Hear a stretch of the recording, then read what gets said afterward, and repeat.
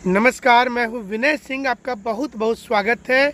इन दिनों झारखंड के श्रम मंत्री सत्यानंद भोक्ता अचानक से चर्चा में आ गए और ये आपको बताएंगे। आपने ये न्यूज़ तो ज़रूर से सुन लिया होगा कि उनका जो एक बेटा है वो ज्वाइन कर रहा है चतरा में प्यून कैटेगरी में, यानी कि वो प्यून का पद जो 4th ग्रेड है वो सिविल कोर्ट में ज्वाइन कर रहा है। लिस्ट में उनका नाम है।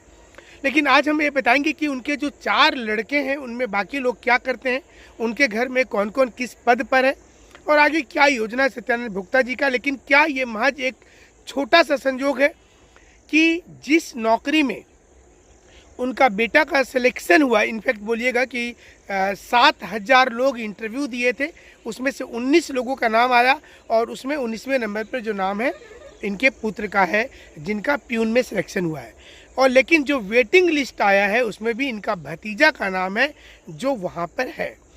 इससे क्या कुछ होगा, मतलब आपको लगेगा कि इतने बड़े मंत्री हैं और इनका बेटा अगर प्यून पर ज्वाइन कर ही लिया तो भला इतना हाई तौबा क्यों मचा है। तेज तो कोई भी हो सकता है। आपको याद होगा कुछ दिन पहले जेपीएससी परीक्षा में भी इनके एक पुत्र का नाम वायरल हो गया था कि जेपीएससी में उसका सिलेक्शन हो गया, लेकिन ऐसा हुआ नहीं।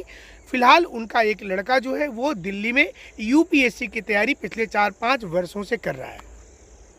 एक और लड़का की कंस्ट्रक्शन कंपनी है जो अपना कंस्ट्रक्शन कंपनी चला रहा है और एक और लड़का है जो थोड़ी सी नेतृत्व क्षमता है, तो वो काम को देखता है, मैनेज करना है कैसे अलग अलग पार्टी के जो काम होते हैं उसे, खास करके अपना जो सत्यानंद भोक्ता जी का जो मीटिंग होता है उसको मैनेज करते हैं।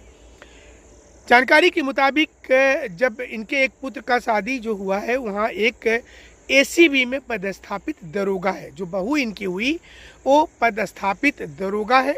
एक और पुत्र ने इंटरकास्ट मैरिज भी किया है, जो बहुत अच्छी बात है कि चलिए समाज में इस प्रकार की चीज़ें आगे आ रही हैं।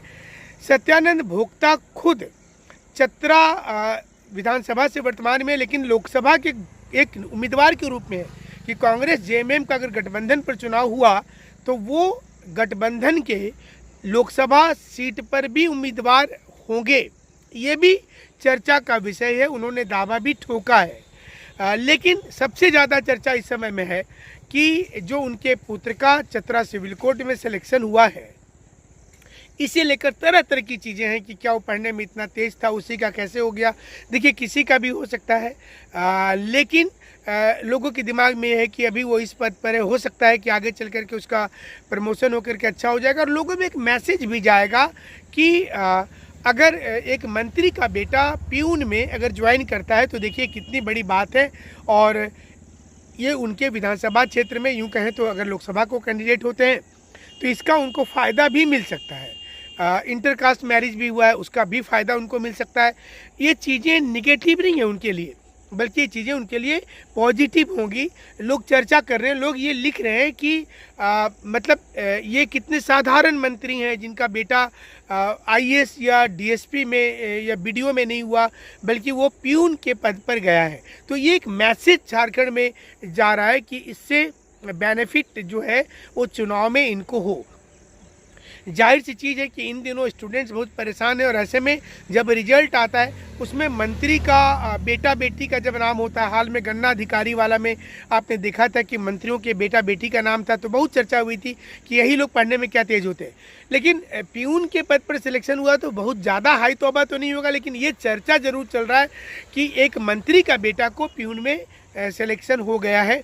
तो ये क्षेत्र में भी मैसेज के रूप में जा रहा है और इसका भरपूर कोशिश करेंगे ये लेने का। और जैसे हमने बताया कि उनकी एक बहू पहले से दरोगा है, वर्तमान में रांची एसीबी में उनके एंटी करप्शन ब्यूरो में ज्वाइनिंग है। सारे लोगों का नाम हम नहीं बता रहे हैं आपको कुछ कारणों से, लेकिन पूरी जानकारी जो हमने लिया है उसके मुताबिक इनका एक और बेटा जो है जो राजनीति में आना चाहता है, आने वाले समय में आपको वो